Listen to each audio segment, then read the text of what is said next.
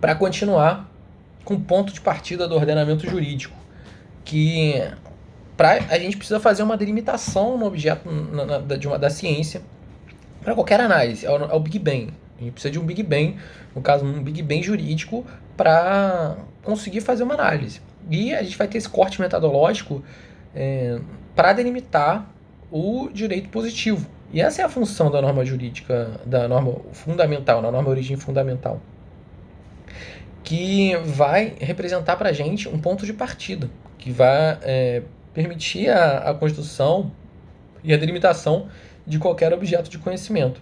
E aqui o ponto de partida do ordenamento jurídico, vários autores vão divergir sobre a forma que eles vão expor isso, mas o Kelsen vai dizer que é uma norma fundamental. O Herbert Hart vai dizer que é a última regra de reconhecimento.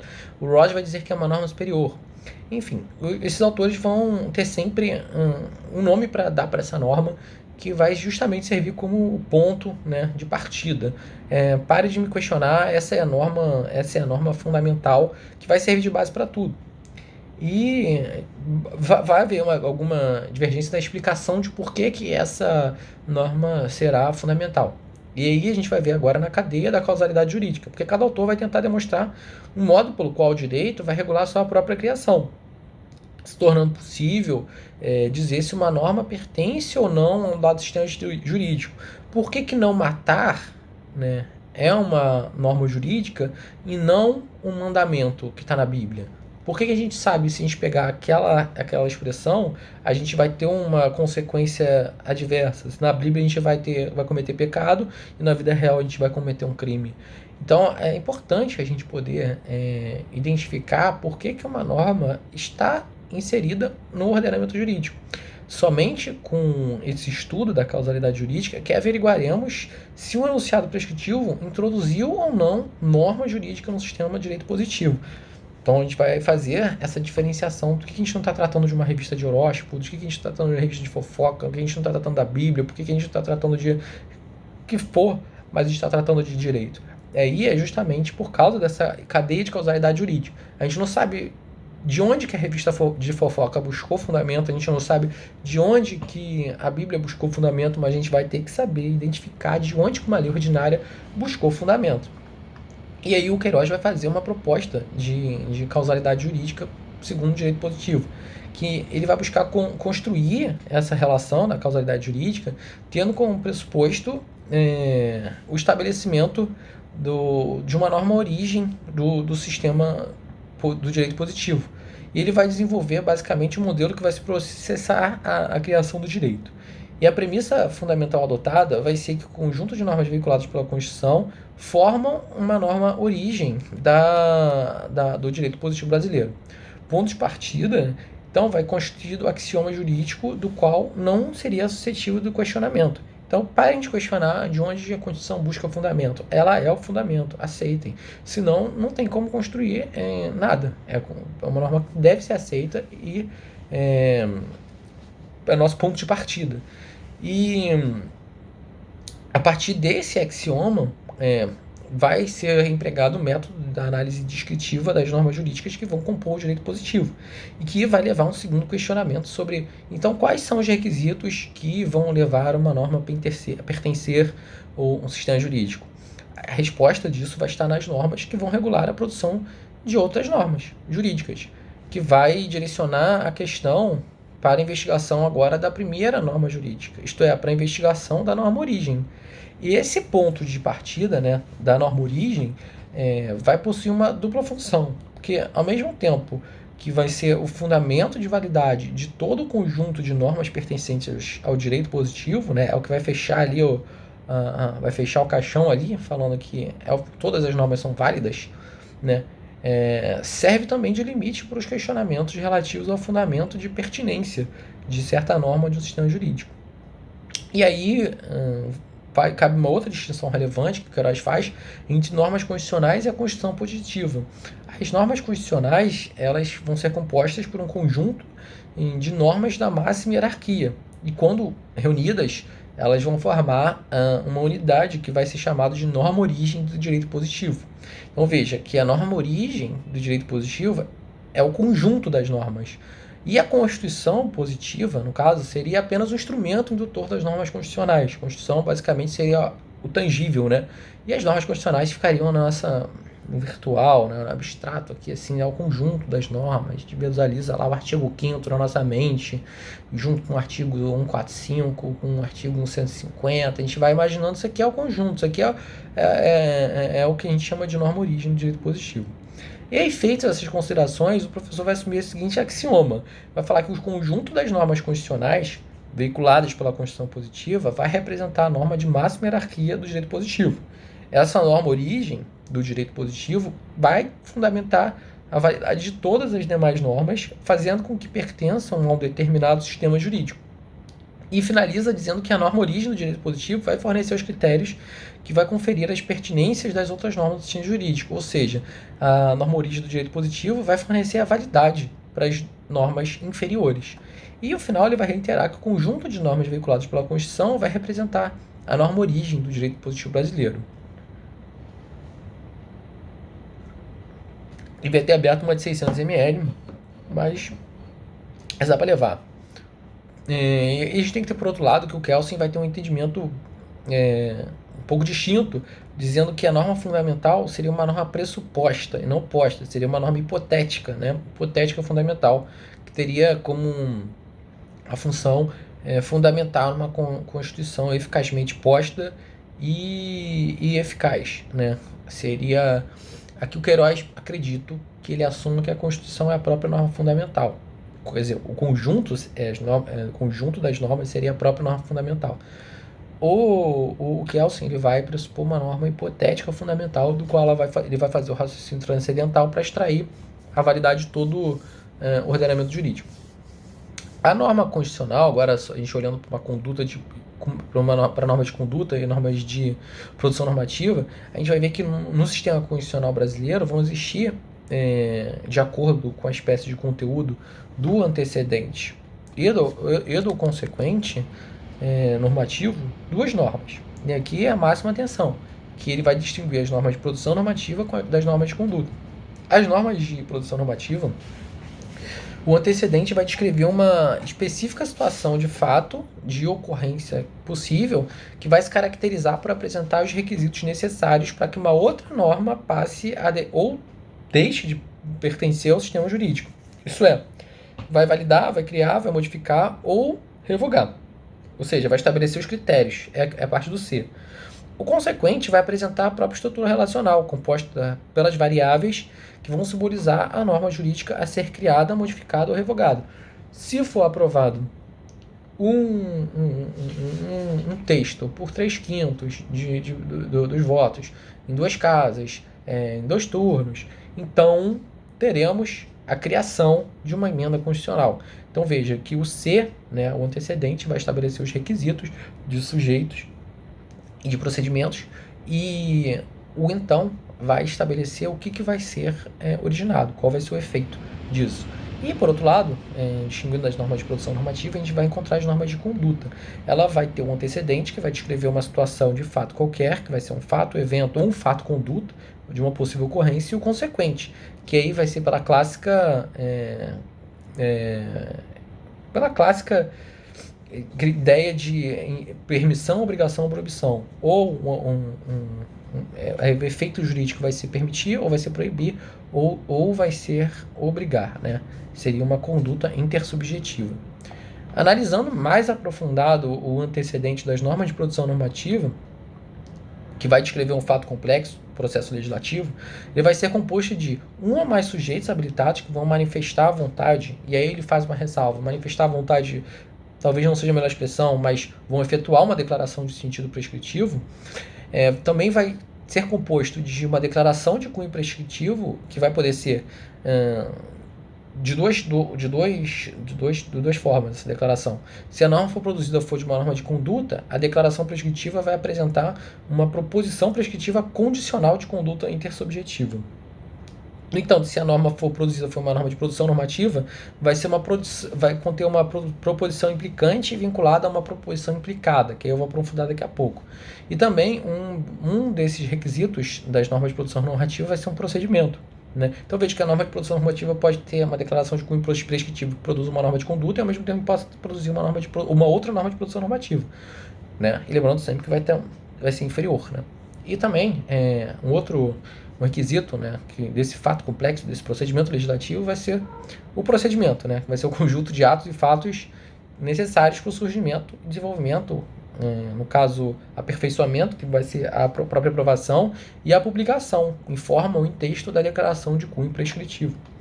E aí, nesse compasso, como eu falei que eu ia destacar a questão da proposição implicante e da proposição implicada, o conteúdo da proposição implicante vai corresponder à descrição de um fato complexo, representando os requisitos necessários para a criação ou modificação ou extinção de outra norma jurídica. E o conteúdo da proposição implicada vai corresponder à estrutura completa, né, do antecedente e consequente da norma jurídica a ser criada, modificada ou extinta.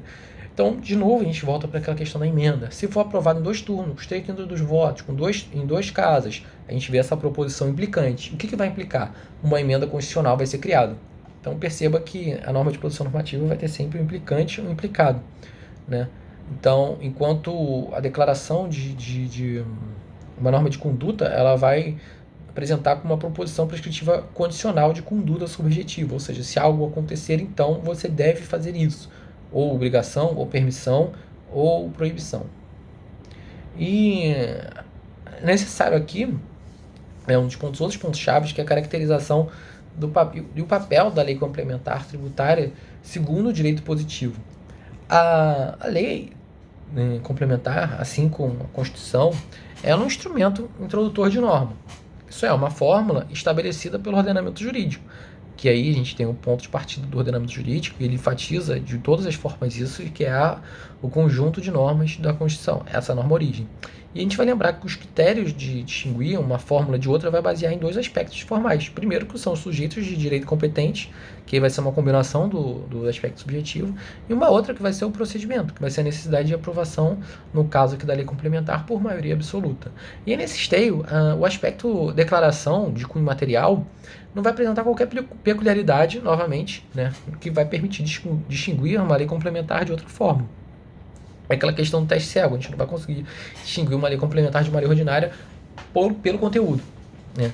A lei complementar, quando a lei complementar, então, veicular uma norma de conduta, uma norma impositiva tributária, e essa é uma das conclusões, ela vai ter a mesma hierarquia de uma lei ordinária, sendo irrelevante para a questão o fato da lei complementar ter sido aprovado com um quórum de maioria absoluta. Mas, quando a lei complementar vai veicular umas normas de produção normativa, regulando o modo pelo qual as normas veiculadas pela lei ordinária seriam criadas, modificados extintos, vai produzir uma norma hierarquicamente superior. E aqui eu acho que ele fez uma distinção bastante interessante em relação à norma e não à lei. A norma vai ser superior apesar da lei, ele não diz expressamente, da lei acredito que esteja no mesmo patamar, né? A gente sabe que a lei ordinária e a lei complementar, as lições básicas de direito constitucional estão no mesmo patamar, mas nada impede que a norma tenha uma feição superior à outra. E aí a gente tem um exemplo do artigo 146, que vai falar das normas das leis complementares no papel do direito tributário. Esse 146 da Constituição vai se referir à lei complementar veiculadora de produção normativa, que vai regular, criar, modificar, extinguir especificamente uma norma impositiva tributária. A norma veiculada por essa lei, então, não vai regular aspectos formais da norma tributária, vai regular, no entanto, aspectos materiais. No caso, contribuinte, base de cálculo, fato gerador, vai fazer aquela delimitação lá do que uma lei ordinária, quando for instituir um tributo, realmente vai ter que respeitar. Como se fosse a lei complementar 116 do Imposto sobre Serviços e a lei do seu município aí que você está vendo, ter a lei que realmente institui o SS, né? Então a referida norma, no caso essa norma do 146, essa lei complementar federal, ela vai delimitar aquilo que pode ser declarado no plano fático, com o propósito de dar origem a uma norma jurídica impositiva tributária. Isso só vai ter norma impositiva tributária válida se no mundo dos fatos forem atendidos todos os requisitos propostos pela norma, pela essa norma lei complementar veiculadora de norma de produção normativa, que vai estar ali vai definir as questões materiais e formais, e essa declaração prescritiva, no caso da lei ordinária, que institui, por exemplo, o ISS dentro de um município especificamente, vai ter que ser compatível com os limites materiais estabelecidos pela norma de produção normativa veiculada pela lei complementar. Então veja que a lei complementar ela vai delimitar os fatos geradores, os contribuintes, e a lei ordinária vai ter que respeitar isso, né? Por isso que essa norma, né, veiculadora de produção normativa, essa lei complementar veiculadora de normativa, vai ser uma norma de hierarquia superior, porque ela vai estar delimitando as questões para uma aprovação de uma lei impositiva, uma norma de conduta, né? Se o contribuinte praticar determinado serviço, ele vai ter que recolher o ISS, por exemplo.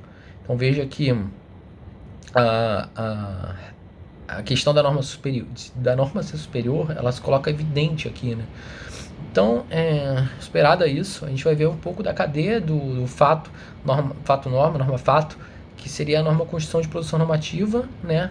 O caminho da norma de produção normativa até a norma positiva. E aí a gente vai pegar dois fatos, né, dois casos, né, que seria do empréstimo compulsório e de uma lei que institui imposto de renda. Então, aqui nesse item, o Queiroz vai apresentar uma cadeia, norma-fato, até alcançar da Constituição até a norma impositiva tributária, que seria basicamente alguém ter que entregar certa quantia ao Estado. E aí vão ter as duas situações aqui contempladas, que a primeira vai ser a própria lei complementar veiculando a norma impositiva tributária e uma lei complementar veiculando uma norma de produção normativa que vai orientar, né, ou regular a criação de uma norma impositiva tributária por meio de uma lei ordinária, que seria o passo a passo aqui. A gente tem a Constituição, dá fundamento para a lei complementar, editar normas gerais, e as normas gerais vão traçar os limites lá do que pode ser um fato gerador, contribuinte, base de cálculo, enfim, aí a lei ordinária vai e realmente institui o tributo, né? E quanto a própria lei complementar, por outro lado, em alguns casos, pode veicular a própria norma impositiva tributária, que aqui seria o caso de empréstimo compulsórios. A gente vai ver que, por exemplo, empréstimos compulsórios, impostos residuais, contribuições sociais para a Seguridade Social residuais, né? Essa IGF, elas são leis que devem ser veiculadas por lei complementar. Mas aí fica a questão, o que deve ser vinculado por lei complementar? A própria instituição do tributo ou a instituição do tributo precisa de duas leis, então, a instituição do próprio tributo e a elaboração de normas gerais para esse tributo, ou na mesma lei pode acontecer os dois? E aí, eu acredito, no meu entender, eu acho que pode tudo numa só, né? Mas o empréstimo compulsório não precisa de uma lei estabelecendo critérios para o empréstimo compulsório e uma outra lei que realmente introduz o empréstimo compulsório, sei lá. Voltando aqui, para também não ocupar muito mais tempo, né? Com 18 minutos e já. E também não tem mais cerveja, né? Então, boa cerveja não vale o preço. Voltando, caso primeiro seria do empréstimo compulsório, que vamos avaliar que um empréstimo compulsório ele tem que ser instituído por lei complementar ali para atender uma despesa extraordinária, né? Tem dois planos normativos que a gente vai analisar, que o primeiro é o da norma constitucional de produção normativa e o outro da norma impositiva tributária, que ela mesma institui o empréstimo compulsório. E a gente vai olhar o plano fático também. No plano normativo, da norma constitucional de produção normativa, a gente vai ter um antecedente que vai descrever que se o Congresso Nacional, né, e o presidente, por meio da sanção, ratificação, efetuar uma declaração prescritiva condicional seguindo um determinado procedimento, a gente vai ter o consequente que vai surgir uma norma jurídica segundo a qual, se ocorrer um fato, alguém deve conduzir frente a outro, no caso o Estado, para pagar, né? Seria uma proposição implicada. Teria a proposição implicante, que seria o surgimento de um fato, né? E a proposição implicada, que seria a questão de alguém se conduzir ao Estado de determinada maneira. E aí temos o plano normativo da norma positiva a própria norma positiva que institui o empréstimo compulsório, que vai ter um antecedente que vai ser se alguém, por exemplo, tiver um patrimônio cujo valor seja superior a X, na data X no território nacional. A consequência vai ser, esse alguém vai ter que entregar 2% desse patrimônio à União. No dia tal, na data tal. No dia tal, no local tal. A gente vê que seria no plano normativo de uma norma positiva, né? E o plano fático ia apresentar para a gente o que realmente ia acontecer, né? De forma mais detalhada. Por exemplo, o Congresso Nacional aprovou e o presidente sancionou, segundo um procedimento prescrito pela norma constitucional de produção normativa, que é a declaração prescritiva condicional de que, tendo em vista a necessidade de atender despesas extraordinárias e urgentes de calamidade pública, quem tiver o patrimônio superior a tal X, né, deve entregar 2% desse patrimônio à União.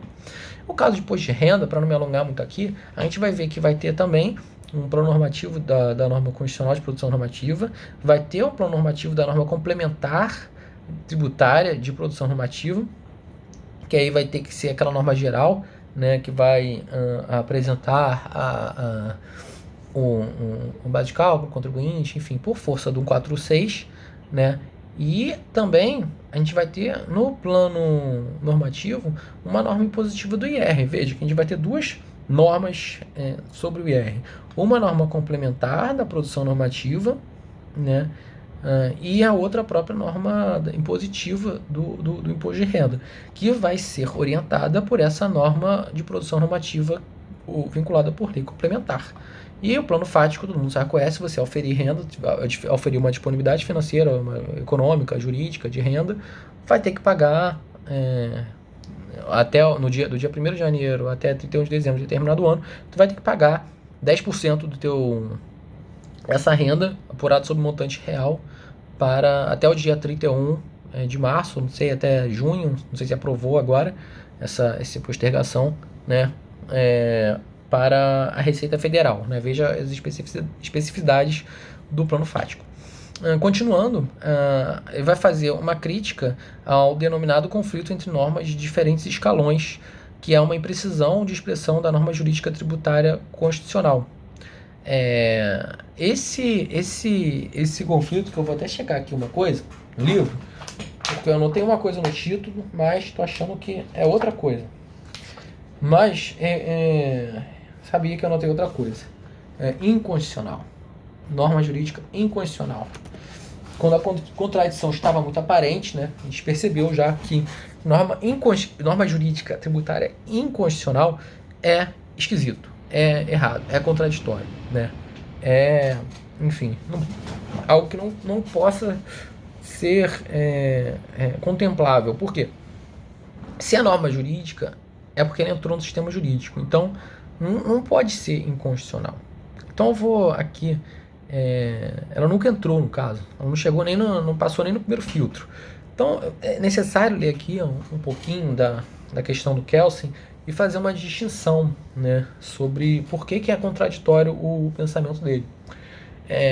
A contradição, ele vai afirmar assim: a afirmação de que uma lei válida é contrária à Constituição, isto é, anticonstitucional, é uma contradicto in adjecto, pois uma lei somente pode ser válida com fundamento na Constituição. Quando se tem fundamento para aceitar a validade de uma lei, o fundamento da sua validade tende a residir na Constituição. De uma lei válida não se pode, porém, afirmar que ela é contrária à Constituição, pois uma lei inválida não é sequer uma lei, porque não é juridicamente existente e, portanto, não é possível acerca dela qualquer afirmação jurídica. Então veja que esse primeiro excerto da obra do Kelsen, na Teoria Pura de Direito, afirma que uma lei somente pode ser válida com fundamento na Constituição. Se uma lei não existe, se uma lei é inválida, é porque ela não é sequer lei, né? Ela não é existente. Então veja que esse é um raciocínio correto. Uma norma jurídica, ela é obrigatoriamente constitucional. Falar norma jurídica de constitucional seria alguma coisa redundante.